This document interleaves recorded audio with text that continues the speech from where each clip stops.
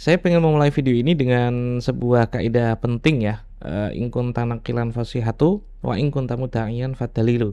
Jika kamu menukil sebuah redaksi, maka harus sahih kutipannya, dan jika kamu jadi penggugat, maka wajib menyodorkan dalilnya. Maksudnya jika kamu menjelaskan redaksinya Alwi bin Thohir Al-Haddad dalam Uqudul Almas, maka konteksnya itu harus benar dan siakul kalamnya juga harus benar juga. Kaidah ini saya sodorkan untuk dua hal. Pertama, Kiai Imaduddin itu entah karena sengaja atau tidak ternyata memperkosa reportase Uqudul Almas, dan yang kedua, Kiai Imaduddin entah karena sengaja atau tidak untuk kali kedua berdusta atas nama Alwi bin Thohir Al-Haddad. Tapi kalau tidak boleh mengatakan dusta, padahal dua kali saya mendapati Kiai Imaduddin itu melakukannya, kita ubah dulu kalimatnya lah. Kiai Imaduddin memelintir reportase Alwi bin Thohir. Tema video ini adalah pelacakan Imam Ahmad Al-Muhajir, ayah dari Imam Ubaidillah yang sedang diperkarakan Kiai Imad sebagai sosok historis. Apakah benar Ahmad Al-Muhajir ini dimakamkan di Husaisah, dan apakah benar punya julukan An-Nufat? Saya akan jelaskan satu persatu, tapi sebelum itu silakan bikin kopi terlebih dahulu. Saya lupa siapa yang memulai ini, namun sependek yang saya ingat, ada dua orang yang mengklaim bahwa Imam Ahmad Al-Muhajir itu hijrahnya bukan ke Yaman dan dimakamkan di Najaf, Irak. Dua orang itu seingat saya adalah Kiai Nur Ihya dan Raden Fakih Wiradiningrat. Videonya bertebaran di YouTube, Anda bisa mencarinya dengan mudah. Kiai Ihya mendasarkan telaahnya pada Ar-Raddul Jali karya Murtado Az-Zabidi bahwa Ahmad Al-Muhajir itu hijrahnya ke arah timur, dan timur itu tepatnya ke Indunus. Kalau Yaman itu harusnya memakai redaksi Janub atau ke selatan. Pernyataan ini memang cukup problematik ya, namun saya ingin menggarisbawahi satu hal sesuai tema video ini. Yang pasti kedua orang ini yaitu Kiai Nur Ihya dan juga Raden Fakih mengklaim bahwa Imam Ahmad Al-Muhajir itu dimakamkan di Najaf. Motivasinya jelas, yaitu merobohkan klaim dari Ba'alawi yang memiliki keyakinan bahwa Ahmad Al-Muhajir itu dimakamkan di Husaisah di Yaman, bukan di Irak. Saya menanyakan langsung ke penduduk Irak sendiri ya. Pertama, karena Imam Ahmad Al-Muhajir ini adalah keturunan Imam Ali Al-Uraidi, maka lembaga otoritatif yang bisa saya tanyai ialah Nakobatus Sadah Al-Uraidiyin yang masih berdiri di Najaf, Irak sampai sekarang. Menurut mereka, Imam Ahmad Al-Muhajir itu hijrahnya ke Yaman dan dimakamkan di sana. Kedua, menurut ulama dan penduduk setempat, Ahmad bin Isa yang dimakamkan di Irak itu bukan Ahmad bin Isa yang memiliki anak bernama Ubaidillah yang kelak menurunkan Bani Alawi. Namun dia adalah Ahmad bin Isa bin Zaid Asy-Syahid bin Imam Ali As-Sajjad. Penduduk dan ulama Syiah setempat yang memiliki motif teologis pada keturunan Imam Husain bin Ali, tidak ada satupun ternyata yang mengklaim bahwa Ahmad bin Isa bin Zaid ini adalah Ahmad Al-Muhajir yang menurunkan Ba'alawi. Bukti material dari Syiah setempat bisa kamu dapatkan di YouTube. Di antaranya yang saya rekomendasikan ialah reportase Syekh Hasan Al-Jabiri yang berada di makam tersebut.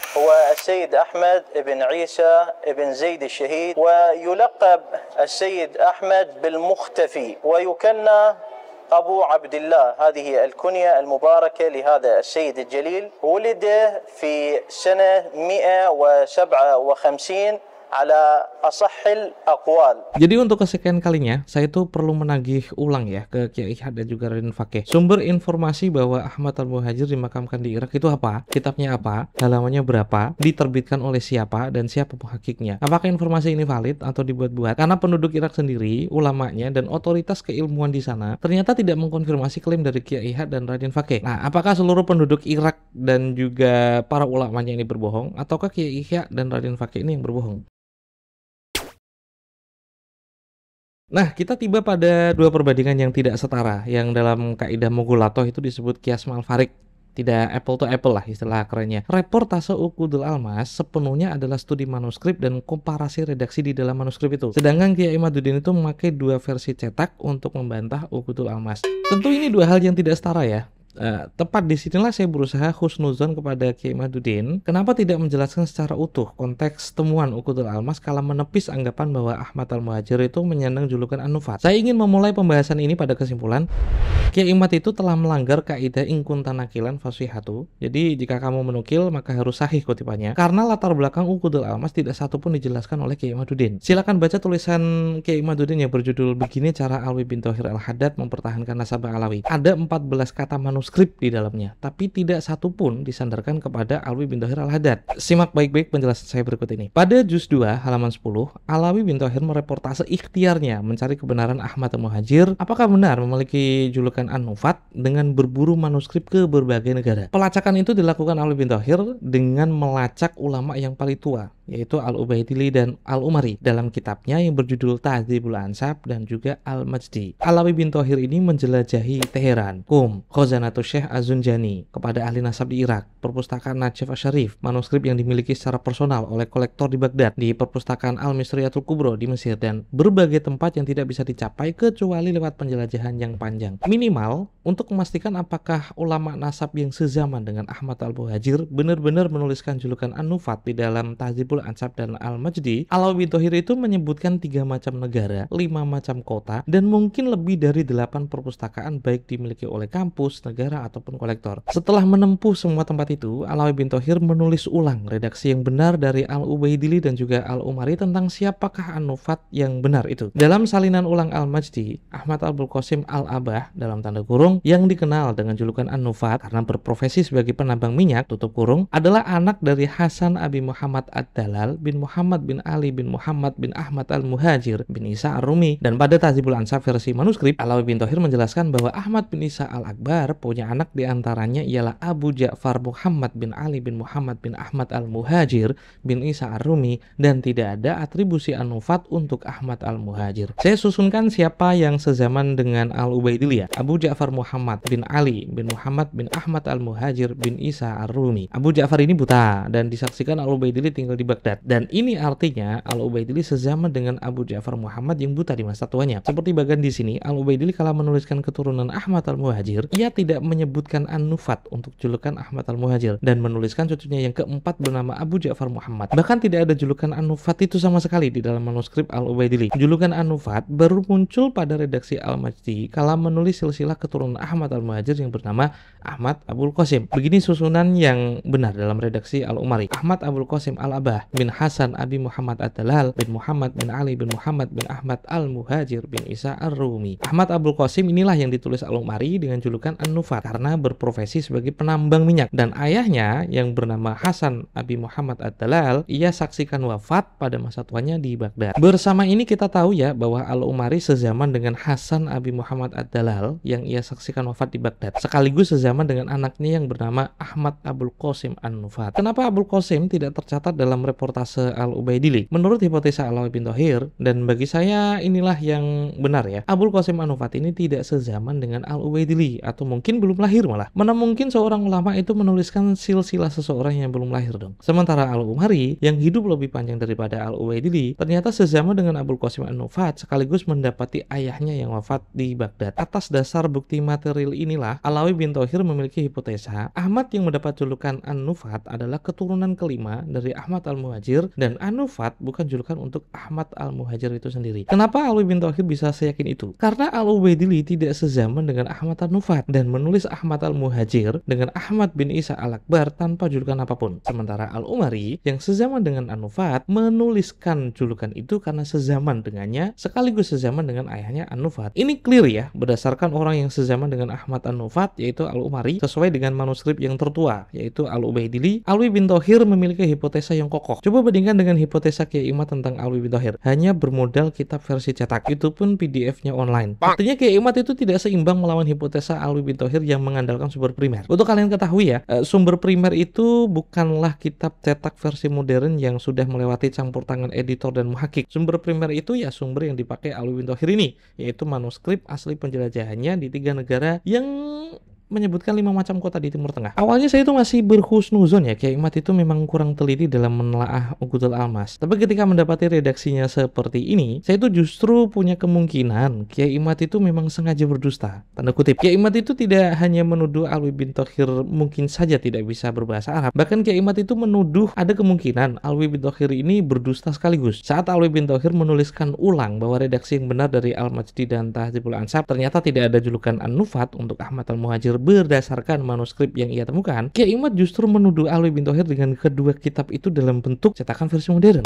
Ini kan seperti orang yang memiliki keterbatasan mengakses manuskrip, dia ternyata berani menuduh orang yang menyadarkan penelitiannya pada manuskrip sebagai pembohong. Coba dibayangkan ya, orang yang memakai kitab sekunder ternyata menuduh orang yang memakai sumber primer sebagai pembohong. Bahkan saat Alwi bin Thohir mendapati redaksi pada Al-Majdi ialah bin, Kiai Imad justru menuduhnya mentahrif tulisan Al-Majdi yang seharusnya min. Lihat perbandingan versi manuskrip dan versi cetakan modern. Saat menjelaskan silsilah Ahmad Abul Qasim, Al-Majdi versi manuskrip yang dituliskan ulang oleh Alwi bin Thohir memakai redaksi bin Al-Hasan Abi Muhammad Ad-Dalal. Sementara versi cetak modern, redaksinya ialah Minal Hasan Abi Muhammad Ad-Dalal. Dalam redaksi Arab, antara bin dan min ini cukup mirip, apalagi ditulis pakai tangan ya. Manakah yang benar? Tentu saja bagi saya penelitian Alwi bin Thohir ini dan salinan ulangnya itu jauh lebih kuat karena ia berdasarkan sumber primer, yaitu manuskrip. Lantas kenapa Kiai Imad bisa menuduh Alwi bin Thohir memasukkan redaksi Al-Majdi, padahal yang beliau pakai adalah kitab cetakan versi modern? Itu pun sudah melewati tangan editor dan juga muhakik. Kebetulan saya punya soft copy manuskrip Al-Majdi dan kemungkinan Kiai Imad akan kaget karena saat menuliskan silsilah Ahmad Abul Qasim yang mendapatkan julukan An-Nufat, ternyata ia punya ayah bernama Muhsin atau anaknya lah yang bernama Muhsin. Muhsin dan Hasan tentu saja punya wazan yang berbeda dan masdarnya tidak sama. Bahkan pada manuskrip Tahdzibul Ansab yang saya yakin Kiai Imaduddin dan kawan-kawan pro pembatalan Ba'alawi memilikinya, redaksi Ahmad bin Isa yang dijuluki An-Nufat tidaklah bisa dianggap kuat karena manuskrip ini disalin ulang di atas abad ke-9. Jika Kiai Imaduddin atau siapapun berusaha merontokkan argumen Alwi bin Thohir dengan kitab versi cetak modern atau dua macam manuskrip yang sudah saya tunjukkan tadi, tentu saja belum bisa membuat hipotesa Alwi bin Thohir ini sempoyongan. Pertama, cetakan modern itu bukanlah sumber primer. Kedua, manuskrip yang saya tampilkan tadi ditulis ulang di atas abad ke-9 semua. Nah, jika nanti Kiai Imaduddin berusaha mempertahankan tuduhannya bahwa Alwi bin Thohir melakukan kedustaan, kita menginjak pada potongan kaidah tadi. In kunta mudda'iyan fadalilu. Jika kamu menuduh, maka wajib menghadirkan argumen. Kiai Imaduddin itu wajib mencari manuskrip versi lebih tua dari Tahdzibul Ansab dan Al-Majdi untuk memastikan apakah salinan Alwi bin Thohir ini sesuai dengan aslinya atau bukan. Jika Kiai Imaduddin menemukannya dan terbukti Alwi bin Thohir keliru menulis ulang redaksinya, saya akan taslim dengan Kiai Imad dan menyatakan Alwi bin Thohir ini berbohong atau berdusta. Tapi bagaimana kalau Kiai Imad itu tidak bisa melakukannya? Apakah kita bisa membenarkan tuduhan Kiai Imad bahwa Alwi bin Thohir kemungkinan memasukkan redaksi, berbohong atau berdusta?